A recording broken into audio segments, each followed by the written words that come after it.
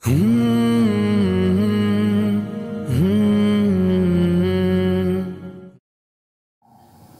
اللہ الرحمن الرحیم الحمد للہ رب العالمین والصلاة والسلام علی سید الانبیاء والمرسلین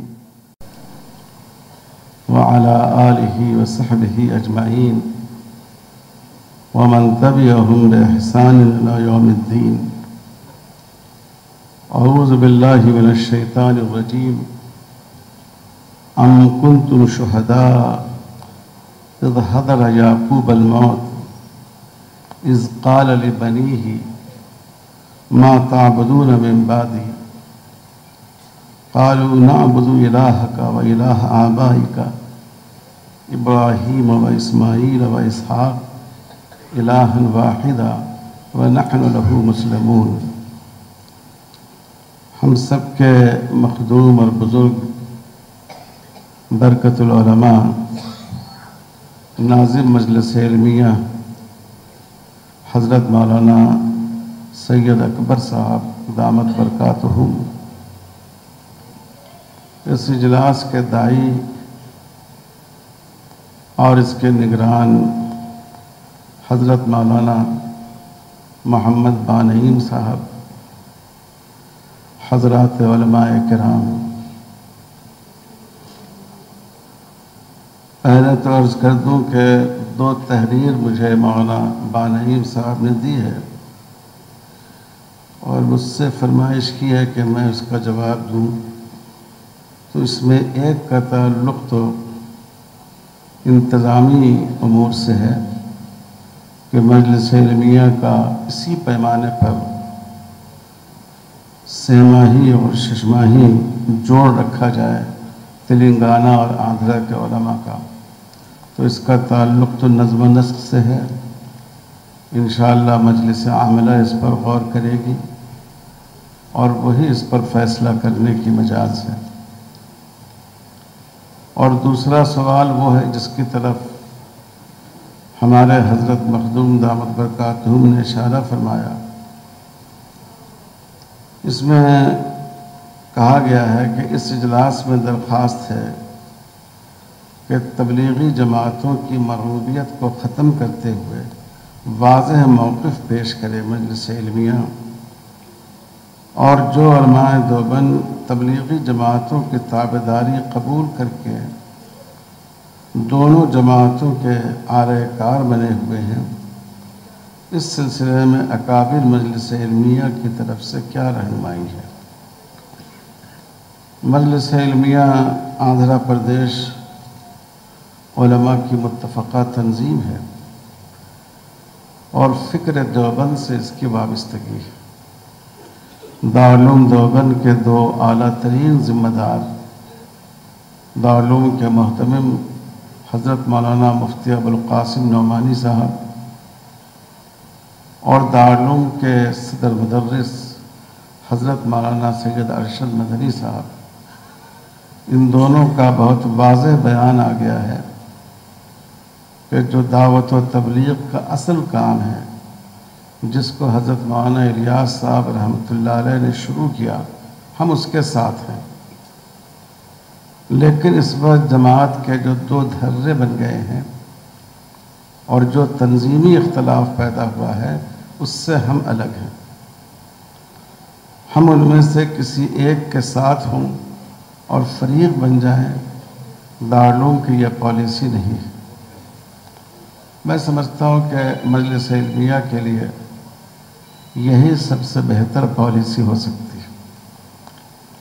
اس سے پہلے بھی بعض مسائل میں اختلاف پیدا ہوا اپنے ہی حلقے کے علماء میں، اس وقت بھی مجلس علمیہ نے کوشش کی کہ اس اختلاف سے الگ رہ کر علماء کی وحدت کو برقرار رکھا جائے۔ یہی ہماری مجلس کے بزرگوں کا طریقہ رہا ہے اور اسی طریقے پر ہمیں قائم رہنا چاہیے۔ جماعت کے اصل کام سے کسی کو اختلاف نہیں ہے، وہ ہمارے علماء اور بزرگوں کا قائم کیا ہوا ہے۔ جماعت کا پورا لٹریچر ہمارے اکابر کا مرتب کیا ہوا ہے۔ لیکن طریقہ کار میں جو تھوڑا بہت اختلاف ان حضرات میں پیدا ہوا ہے تو اس میں کسی ایک کے ساتھ ہونا اور کسی ایک کے خلاف فریق بن جانا یہ علماء کے لیے مناسب نہیں ہے۔ محترم بھائیوں اور بزرگوں، مجھے اس وقت حکم فرمایا گیا ہے کہ فتنہ ارتداد اور اس کے مقابلہ کے بارے میں آپ حضرات کے سامنے کچھ گزارشات پیش کروں۔ اسی مناسبت سے قرآن مجید کی ایک آیت میں نے پڑھی ہے کہ کورونا کے بعد سے مجھے اتنی بھول ہو جاتی ہے کہ میں قرآن کی آیت اکثر کاغذ پر لکھ کر پڑھتا ہوں، کیونکہ اس میں بھول چوک کا اندیشہ رہتا ہے۔ یہ آیت اگر دیکھا جائے تو بظاہر ایک عجیب سی آیت ہے۔ قرآن مجید میں جو قصص اور واقعات نقل کیے گئے ہیں وہ صرف داستان گوئی کے طور پر نہیں ہے، بلکہ وہ شاہراہ عمل ہے۔ انسان کی فطرت یہ ہے کہ وہ اپنے جیسے انسانوں کے عمل کو نمونہ بنا سکتا ہے۔ اگر ہم کو اور آپ کو کہا جائے کہ تم شیر کی طرح بہادری کا ثبوت دو، ہاتھی کی طرح بہادری کا ثبوت دو، تو ظاہر ہے یہ ناسمجھی کی بات ہو۔ تو اسی لیے قرآن نے انبیاء کرام کو امت کے لیے اسوہ بنایا ہے۔ رسول اقدس صلی اللہ علیہ وسلم اور سیدنا حضرت ابراہیم علیہ السلام، ان دو پیغمبروں کے بارے میں تو قرآن نے صراحتاً کہا کہ یہ اسوہ ہے تمہارے لیے، لیکن بحیثیت مجموعی تمام انبیاء کرام کی زندگی ہمارے لیے اسوہ نمونہ ہے، اور زندگی کے مختلف حالات میں ان سے سبق ملتا ہے۔ اسی لیے قرآن میں کثرت سے انبیاء کے قصص اور واقعات نقل کیے گئے ہیں۔ حضرت مولانا حفظ الرحمان صاحب سہاروی رحمۃ اللہ علیہ کی قصص القرآن میں مولانا ہر قصے کے بعد، ہر نبی کے تذکرے کے بعد ایک عنوان قائم کرتے ہیں، بصائر و عبر۔ اس واقعے سے بصیرت و عبرت کے کیا پہلو ہمارے سامنے آتے ہیں، وہ واقعی بہت اہم ہیں، مشعل راہ ہیں، عوام کے لیے بھی قابل استفادہ ہیں اور علماء کے لیے بھی قابل استفادہ ہیں۔ تو حضرت یعقوب علیہ السلام کا واقعہ نقل کیا گیا جو بظاہر حیرت انگیز معلوم ہوتا ہے۔ آپ حضرات کو معلوم ہے کہ حضرت یعقوب علیہ السلام اصل میں فلسطین کے رہنے والے تھے۔ جب حضرت یوسف علیہ السلام مصر کے فرما روا بنے تو حضرت یعقوب کے ساتھ ان کا پورا خاندان ہجرت کر گیا مصر کی طرف، اور وہاں ان کی بہت پذیرائی ہوئی، استقبال ہوا، اور پھر وہ وہیں آباد رہے۔ حضرت یعقوب علیہ السلام بھی ان کے ساتھ تھے۔ جب حضرت یعقوب علیہ السلام کی وفات کا وقت آیا تو قرآن کہتا ہے کہ حضرت یعقوب گویا لیٹے ہوئے، جو عام طور پر زندگی کے آخری لمحات میں آدمی کی کیفیت ہوتی ہے، اور چاروں طرف سے ان کے صاحبزادگان ان کو گھیرے ہوئے ہیں، اور مصر ایک ایسی جگہ تھی جہاں حضرت یعقوب کا مختصر سا خاندان تھا، باقی جو وہاں کی مقامی آبادی تھی قبطی، ان سے ان حضرات کا کوئی زیادہ تعلق نہیں تھا۔ تو حضرت یعقوب اپنے بچوں کو نصیحت کر سکتے تھے کہ دیکھو تم بہت نازک پوزیشن میں ہو، تمہارا خاندان یہاں نہیں ہے، تمہارا قبیلہ یہاں نہیں ہے، خوب سوچ سمجھ کر یہاں زندگی گزارنا، لیکن انہوں نے یہ سوال نہیں کیا۔ انہوں نے اپنے صاحبزادے سے پوچھا کہ اے میرے بچوں، ما تعبدون من بعدی، تم لوگ میرے بعد کس کی عبادت کرو گے؟ یہ واقعہ اس لیے بہت تعجب خیز ہے کہ آپ جانتے ہیں کہ حضرت یعقوب کا پورا خاندان نبیوں کا خاندان تھا۔ حضرت یعقوب خود اللہ کے نبی، آپ کے والد حضرت اسحاق اللہ کے نبی، آپ کے چچا حضرت اسماعیل اللہ کے نبی، جن کی پشت مبارک سے ہمارے رسول صلی اللہ علیہ وسلم پیدا ہوئے، آپ کے دادا حضرت ابراہیم علیہ السلام، ابو الانبیاء، جتنے پیغمبر حضرت ابراہیم کے بعد آئے سب ان کی پشت سے آئے، آپ کے صاحبزادے حضرت یوسف علیہ السلام اللہ کے نبی، اور بائبل کے روایت کے مطابق حضرت یعقوب کے ایک اور صاحبزادے یہودا، جن کے نام پر یہود اپنے آپ کو یہود کہتے ہیں، وہ بھی اللہ کے نبی۔ گویا پورا خاندان اللہ کے نبیوں اور پیغمبروں کا ہے۔ ان کے بارے میں کیسے یہ شک کیا جا سکتا تھا کہ یہ اللہ کے سوا کسی اور کی عبادت کرنے لگیں گے؟ لیکن حضرت یعقوب علیہ السلام کو بالکل آخری لمحات میں یہ چیز بے چین کی ہوئی تھی کہ میرے یہ بچے کس کی عبادت کریں گے میرے بعد۔ حضرت یعقوب کی یہ بے چینی کیوں تھی؟ جب صاحبزادے نے کہا کہ آپ اطمینان رکھیں، ہم آپ کے خدا، آپ کے باپ اسحاق اور اسماعیل کے خدا اور آپ کے دادا حضرت ابراہیم کے خدا، ایک خدا کی عبادت کریں گے، تب انہوں نے اطمینان کی سانس لی۔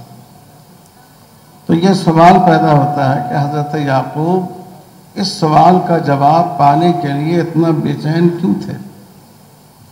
میرے بھائیوں، مصر ایک ایسا ملک تھا جو شرک کے رنگ میں رنگا ہوا تھا۔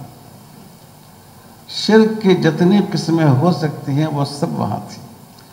مورتیوں کی پوجا ہوتی تھی، دریا کی پوجا کی جاتی تھی، جانور کی گائے کی پوجا کی جاتی تھی، بادشاہ کی پوجا ہوا کرتی تھی، سورج کی پوجا ہوتی تھی، چاند کی، ستاروں کی، جتنی قسمیں شرک کی ہو سکتی ہیں وہ تمام قسمیں مصر میں موجود تھی۔ دوسری طرف صورتحال یہ تھی کہ اگرچہ حضرت یوسف علیہ السلام نے مصر میں حکومت بھی کی، لیکن بنی اسرائیل کے لوگ جو صاحب ایمان تھے وہ ہمیشہ ایک چھوٹی سی اقلیت کی شکل میں رہے، ایک بہت محدود تعداد میں وہ رہے۔ وہاں جو قبطی نسل کے مشرکین تھے اور جن کی غالب اکثریت تھی وہی ہمیشہ غالب رہے۔ تو حضرت ابراہیم کو حضرت یعقوب کو یہ چیز بے چین کیے ہوئی تھی کہ کہیں یہ مشرک اکثریت ایک مومن اقلیت جس کو ہم لے کر فلسطین سے یہاں آئے ہیں ان کو اپنے اندر جذب نہ کر لے، اپنے وجود میں ان کو جذب نہ کر لے۔ یہ احساس ان کو بے چین کیا ہوا تھا۔ میرے بھائیوں، اگر غور کریں آپ، اس ملک میں ہم اسی صورتحال سے دوچار ہیں۔ شرک کی جتنی قسمیں مصر کی سرزمین میں پائی جاتی تھیں وہ تمام قسمیں ہمارے یہاں بھی پائی جاتی ہیں۔ اگر کل ہو کر ہمارے وزیر اعظم کی مورتی بنا کر کسی مندر میں رکھ دی جائے اور اس کی بھی پوجا ہونے لگے تو تعجب کی بات نہیں۔ اور سورج کی، ستاروں کی، سوریہ نمسکار، چاند کی پوجا، گنگا کی پوجا، شرک کی جتنی صورتیں ہو سکتی ہیں وہ سب ہمارے ملک میں۔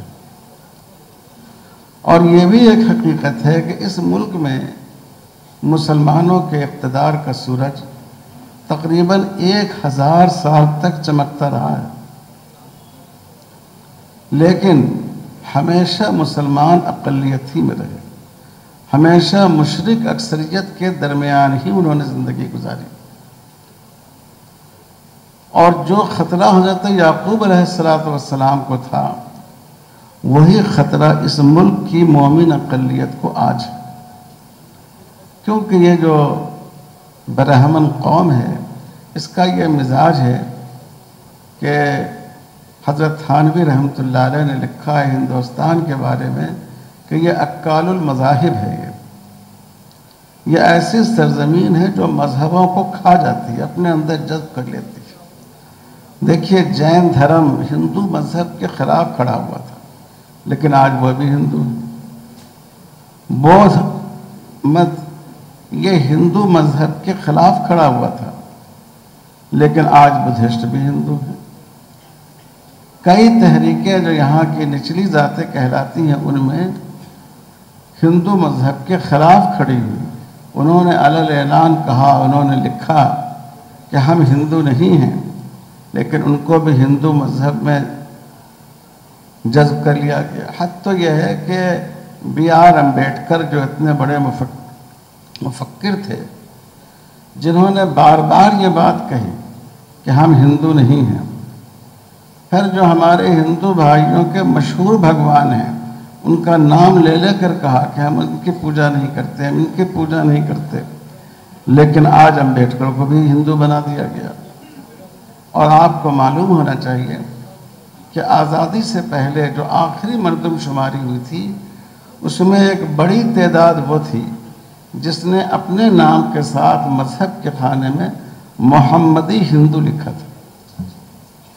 اور ہمارے ہندوستان کے بعض بڑے سیاسی قائدین جس میں سابق وزیر اعظم مورارجی دیسائی بھی تھے، انہوں نے کہا کہ مسلمان ہم سے کیوں ڈرتے ہیں، ہم اتنے خداؤں کی پوجا کرتے ہیں، ہم محمد صاحب کی بھی پوجا کر لیتے ہیں، لڑائی ختم ہو جائے اگر آپ کو اس سے اتفاق ہو۔ یعنی اس ملک میں ہمیشہ اس بات کی کوشش کی گئی کہ جو دوسری قومیں ہیں، جو دوسرے مذاہب ہیں، ان کو ہم اپنے اندر جذب کر لیں، ان کے وجود کو، ان کے تشخص کو ہم ختم کر دیں، ان کو ہم اپنے رنگ میں رنگ دیں۔ اور آج بھی اس کی پوری کوشش ہو رہی ہے۔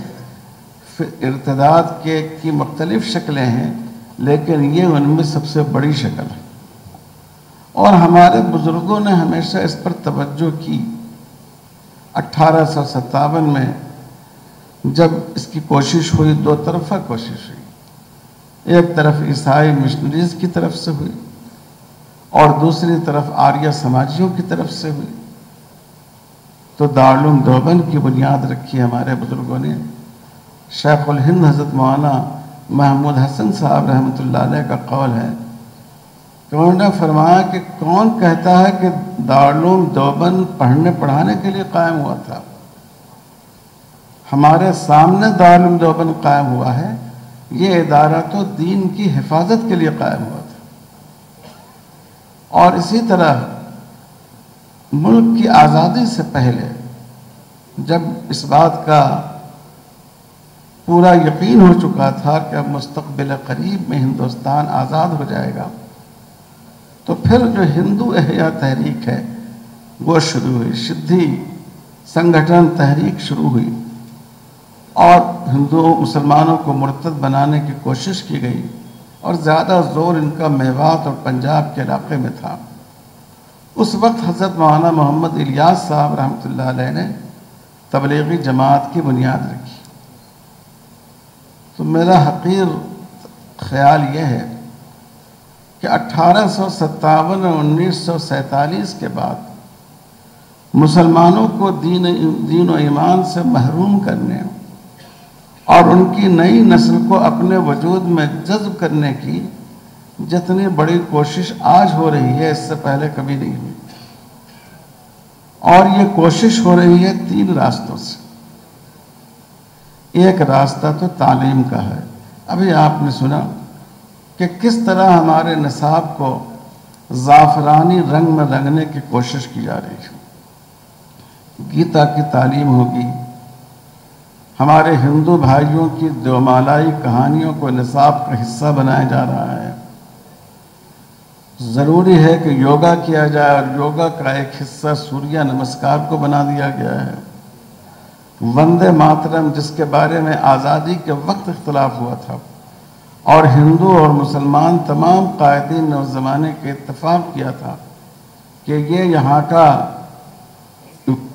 یہ وطنی گیت نہیں ہوگا، قومی گیت نہیں ہوگا، لیکن آج اس کو قومی گیت کی شکل میں پیش کیا جا رہا ہے اور اسکولوں میں اس کو پڑھوانے کی بات کہی جا رہی ہے۔ اور جب اس پر اعتراض کیا جاتا ہے تو وہ کہتے ہیں کہ یہ آپشنل ہوگا، مسلمان بچوں کو اختیار ہوگا، وہ چاہیں تو اس میں شریک ہوں یا نہ ہوں۔ آپ سوچئے کہ 1000 بچے پڑھ رہے ہوں اور اس میں 50 مسلمان بچے ہوں، تو کیا وہ اس سے اپنے آپ کو بچا سکیں گے؟ تو ایک تو یہ ارتداد کا فتنہ لایا جا رہا ہے تعلیم کے راستے سے، اور دوسرے ارتداد کا فتنہ لایا جا رہا ہے حکومت کے راستے سے۔ حکومت ایسے قدم اٹھا رہی ہے جس سے اس ارتدادی فکر کو تقویت پہنچے۔ آپ اخبار دیکھیے، آج کل روز کوئی نہ کوئی بات آتی ہے، کبھی کامن سول کوڈ کی بات آتی ہے، کبھی سنسکرت زبان کو لازمی زبان بنانے کی بات آتی ہے اور بنا بھی دی گئی ہے، کبھی گیتا کو نصاب کا حصہ بنانے کی بات ہو رہی ہے اور بہت سی ریاستوں میں بنا بھی دیا گیا ہے، اسکولوں میں سرسوتی جی کی پوجا کی بات ہو رہی ہے۔ تو تعلیم کے ذریعے اور حکومت کے ذریعے، اور تیسرا راستہ جو اس کے لیے اختیار کیا گیا ہے وہ میڈیا کا ہے، جس کے ذریعے عوام کے ذہن کو ہموار کیا جاتا ہے۔ مجھ کو ایک دفعہ میڈیا کے ایک آدمی نے فون کیا اور وہ چاہتے تھے کہ میں ڈیبیٹ میں آؤں۔ میں نے کہا کہ میں ڈیبیٹ وغیرہ میں شامل نہیں ہوتا، کیونکہ آپ لوگ غیر جانبداری کے ساتھ کسی مسئلے کو پیش نہیں کرتے۔ تو انہوں نے پوچھا کہ اگر وندے ماترم پڑھ ہی لیا جائے تو آپ کو اس پر کیا اعتراض ہے؟ میں نے کہا کہ بھائی، ملک کی آزادی کے بعد بہت بحث و مباحثے کے بعد یہ بات طے پائی کہ جن گن من یہ ہمارا قومی ترانہ ہوگا، وندے ماترم نہیں ہوگا، اس لیے کہ اس پر مسلمانوں کو اور عیسائیوں کو اعتراض ہے۔ تو آپ کو مجھ سے یہ سوال کرنے کے بجائے جو لوگ وندے ماترم پڑھوانا چاہتے ہیں ان سے پوچھنا چاہیے کہ آپ وندے ماترم کیوں پڑھوانا چاہتے ہیں؟ جب جن گن من کو قومی ترانہ مان لیا گیا ہے تو آپ اس ترانے کو کیوں پڑھوانا چاہتے ہیں؟ تو آپ ان سے سوال کرنے کے بجائے آپ مجھ سے سوال کرتے ہیں۔ آپ مجھ سے سوال کرتے ہیں کہ اگر لڑکیاں حجاب اتار دیں گی تو کیا ہوگا، لیکن آپ حکومت سے سوال نہیں کرتے ہیں کہ آج تک طالبات کو اپنے اپنے لباس میں اسکول جانے کی اجازت تھی، مسلمان لڑکیاں حجاب اوڑھ کر جایا کرتی تھی، تو آج آپ کیوں ان سے حجاب اتروانا چاہتے ہیں؟ آپ مجھ سے سوال کر رہے ہیں۔ یعنی میڈیا میں ایسے سوالات اٹھائے جا رہے ہیں کہ جس کی وجہ سے لوگوں کا ذہن خراب ہو اور مسلمانوں کے بارے میں غلط فہمیاں پیدا ہو۔ تو یہ تینوں راستوں سے ارتداد کو لانے کی کوشش کی جا رہی ہے، تعلیم کے ذریعے، سرکاری اقدامات کے ذریعہ اور میڈیا کے ذریعہ۔ میرے بھائیوں اور بزرگوں، یہ اس لحاظ سے یہ بہت نازک وقت ہے۔ اب اس وقت یہ سوچنا ہے کہ ہمیں کیا کرنا چاہیے، ہمیں اس کا مقابلہ کس طرح کرنا چاہیے۔ دیکھیے، فتنہ ارتداد کا مقابلہ کرنے کے لیے یونیورسٹی سے اسلامک اسٹڈیز میں ماسٹر کیے ہوئے اور پی ایچ ڈی کیے ہوئے لوگ نہیں آئیں گے۔ ان کو تو روزگار سے مطلب ہے، ان کا مقصد یہ نہیں ہے کہ اس ملک میں اسلام کا تحفظ ہو اور اس امت کو گمراہی اور ارتداد سے بچایا جائے۔ بہت سے لوگ جو چھوٹی چھوٹی باتوں کو لڑائی جھگڑے کا مدعا بنا دیتے ہیں، ان کو بھی ان چیزوں سے کوئی دلچسپی نہیں ہے۔ تو میرے بھائیوں اور بزرگوں، یہ کام کرنا پڑے گا علماء کو۔ ہم کو یہ سوچنا ہوگا کہ ہم فتنہ ارتداد کا مقابلہ کیسے کریں۔ یہ بہت بڑا فتنہ ہے، اور پچھلے مواقع پر جو ارتداد کا فتنہ پیدا ہوا اس سے زیادہ یہ تشویشناک ہے، کیونکہ 1947 میں ہمارا سامنا بدیشی دشمنوں سے تھا،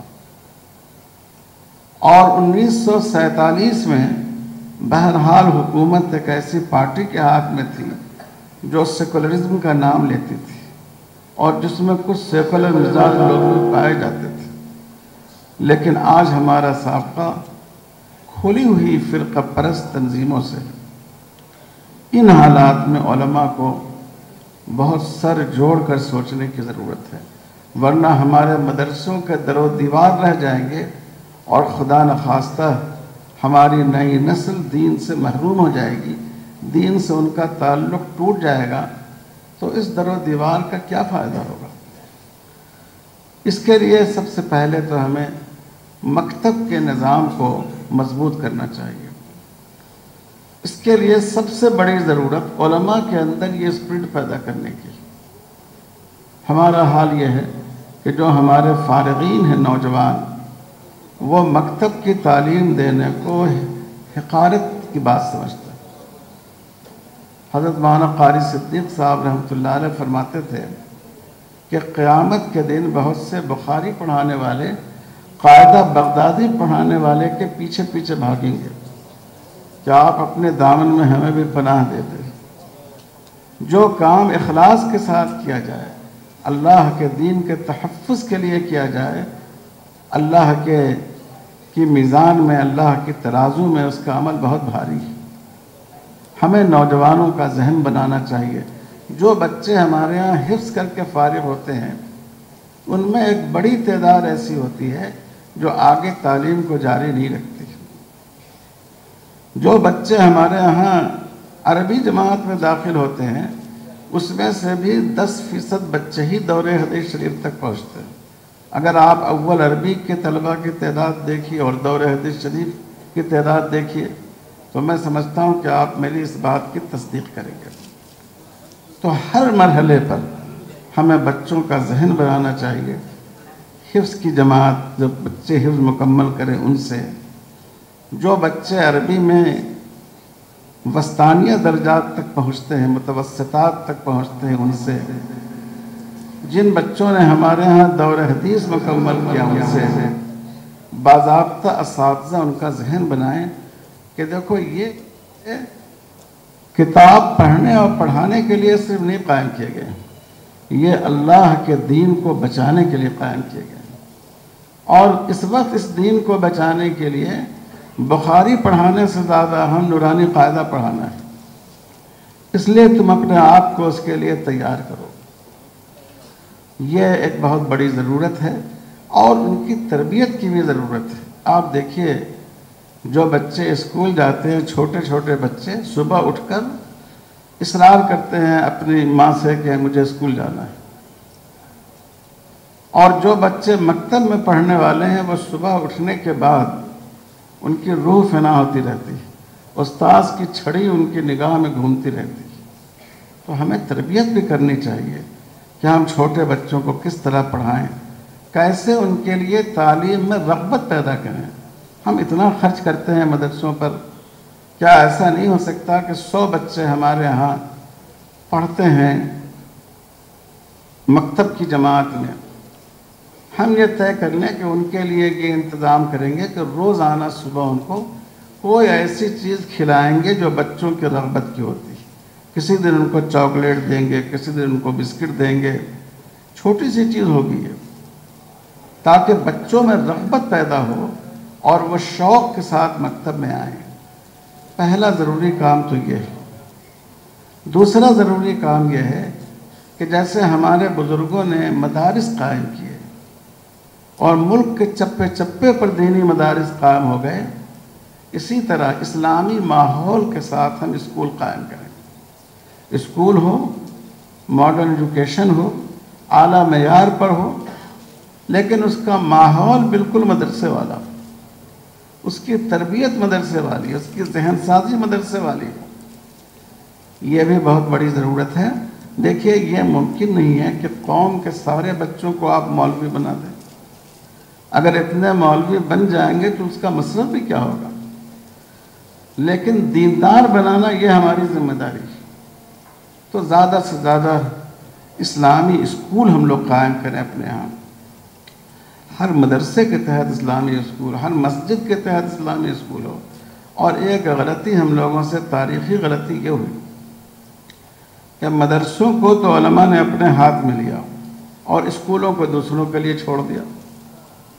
اس کا نقصان یہ ہوا کہ جو اسکول بنے اس میں دینی مزاج پیدا نہیں ہوا، اس میں دینی ماحول نہیں پیدا ہوا، بلکہ یہ کہیے کہ اس میں دین کا مذاق اڑانے والے لوگ پیدا ہوئے۔ اگر علماء اپنی زیر نگرانی اسکول قائم کریں گے تو انشاءاللہ وہ دینی خصوصیات کے ساتھ وہاں بچے تعلیم حاصل کریں گے۔ تو دو باتیں تو یہ ہیں، اور تیسری بات یہ ہے کہ ہمارے فضلاء کو اس لائق بنایا جائے کہ وہ نئی نسل کو مخاطب کر سکیں۔ اگر ان کو ڈاکٹروں کی کسی مجلس میں کھڑا کر دیا جائے کہ دیکھو یہ 100 ڈاکٹر ہیں، تم ان کے سامنے تقریر کرو اللہ کے وجود پر، اللہ تعالیٰ کی صفات پر، رسول اللہ صلی اللہ علیہ وسلم کی نبوت پر، سنت نبوی کی اہمیت اور معقولیت پر، تو وہ ان کو ان کی زبان میں، ان کی اصطلاحات میں ان کو سمجھا سکے۔ یہ جو ہم شرح قائل میں ہم دیکھتے ہیں کہ بہت سی اصطلاحات منطق و فلسفے کی استعمال ہوئی ہے، کیا یہ حضور صلی اللہ علیہ وسلم کی حدیث سے ثابت ہے؟ کیا یہ صحابہ اس کی تعلیم دیا کرتے تھے؟ نہیں، علماء نے اس زمانے کی ضرورت کے لحاظ سے ان اصطلاحات کا استعمال کیا۔ تو یہ تینوں باتیں بہت ضروری ہیں۔ ہم مکاتب کے نظام پر توجہ دیں۔ نمبر 1، اسلامی ماحول کے ساتھ اسکول قائم کریں، لڑکوں کا بھی اور لڑکیوں کا خاص کر۔ کو ایجوکیشن کی وجہ سے کتنے فتنے پیدا ہو رہے ہیں آپ کے سامنے۔ اور تیسرے، ہم اپنی نئی نسل کو مدارس کی اس لائق بنا سکیں کہ آج کی دنیا کے جو لوگ ہیں، پڑھے لکھے لوگ، وہ ان کو مخاطب بنا سکیں اپنا، وہ ان سے خطاب کرنے کی صلاحیت رکھتے ہیں۔ اگر ہم نے اس کی طرف توجہ نہیں دی تو ہمیں اور آپ کو سمجھنا چاہیے اتنا بڑا نقصان ہوگا کہ اس نقصان کا ہم لوگ اندازہ نہیں کر سکتے۔ یہ ہمارے بزرگوں کے محنتوں کا نتیجہ ہے کہ آج اتنے سارے لوگ ٹوپی میں، داڑھی میں، دینی شاعر کے ساتھ یہاں موجود۔ اگر ان حضرات نے اپنے وقت کے تقاضے کو نہیں سمجھا ہوتا اور کوشش نہیں کی ہوتی تو آج ہم اور آپ اس شکل میں نہیں ہوتے۔ تو میرے بھائیوں اور بزرگوں، یہ بہت بڑا فتنہ ہے۔ میں درخواست کرتا ہوں مجلس علمیہ کے ذمہ داروں سے کہ اس سلسلے میں خصوصی تربیتی پروگرام رکھیں۔ جیسے ایک پروگرام رکھا جائے مکاتب کی تاسیس کیسے ہو، مکاتب کی تنظیم کیسے ہو، مکاتب کی تعلیم کیسے ہو، تینوں نقطوں پر ایک ورکشاپ رکھا جائے اسکولوں کے قیام پر کہ اگر آپ اسکول قائم کرنا چاہیں تو اس کی قانونی ضرورتیں کیا ہیں، اس میں اس کی نصابی ضرورتیں کیا ہیں، اور اس میں جو ہماری دینی ضروریات ہیں ہم ان کو کیسے سمجھ سکتے ہیں۔ اللہ تعالی ہم سب کو اس کی توفیق عطا فرمائے اور اس ملک کا رشتہ ہمیشہ دین متین سے قائم رہے۔ وصلی اللہ علی خیر خلقہ محمد وعلی آلہ وصحبہ اجمعین والحمد للہ رب العالمین۔